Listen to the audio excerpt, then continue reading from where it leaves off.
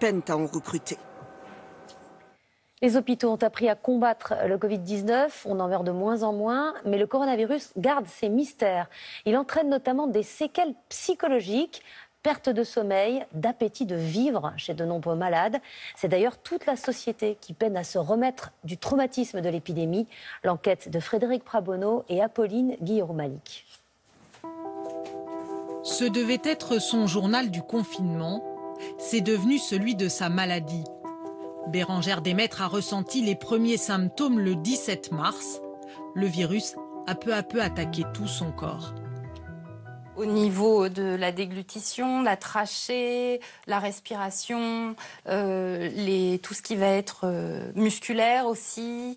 Mais c'est surtout la fatigue qui a abattu cet artiste de 49 ans. Donc voilà, ici c'est ma chambre, hein, où j'ai passé 3 semaines et où je n'avais absolument pas la force de pouvoir être dans mon atelier, chose qui ne m'est jamais arrivée précédemment. Après 5 semaines de maladie, pendant la phase de convalescence, est apparu un symptôme inattendu. Moi, il attaquait ce que j'appelle mon appétence à la vie. C'est-à-dire, il n'y avait plus rien. Il fallait que j'aille direct m'allonger. Et on aurait pu me dire, voilà, on va venir, on va faire brûler la maison, on va te tuer, etc. Je n'aurais pas bougé le petit doigt. C'est comme si c'était une crise de dépression qui dure 2, 3, 4 heures. Toucher à l'appétence à la vie, c'est toucher à la capacité de guérison, c'est toucher à la capacité de renaissance. Et ça, pour moi, c'était quelque chose qui m'inquiétait réellement.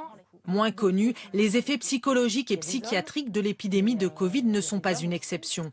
Selon une étude italienne sur 400 malades, 28% souffraient de syndrome post-traumatique, 31% de dépression, 40% d'insomnie, 42% d'anxiété.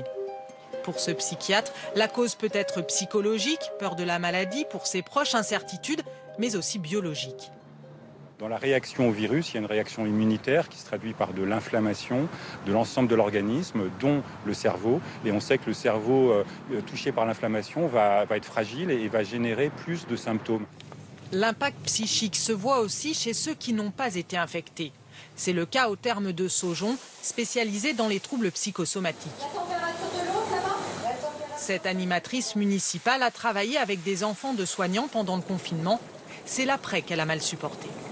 L'annonce du déconfinement, les incertitudes, voilà, tout était tellement flou que moi je l'ai pris vraiment comme quelque chose de massif et d'étouffant. Selon une enquête auprès des curistes, une majorité déclare ressentir des conséquences psychiques de l'épidémie.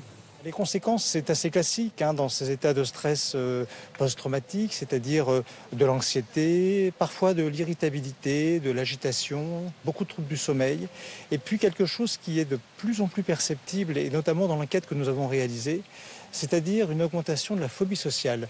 Depuis sa réouverture fin juin, l'établissement propose des ateliers Covid avec une psychologue. Et c'est important, comme vous le faites aujourd'hui, de pouvoir aussi poser les mots sur tout ça. Retraite, enfin voilà, l'impression d'être retiré du monde.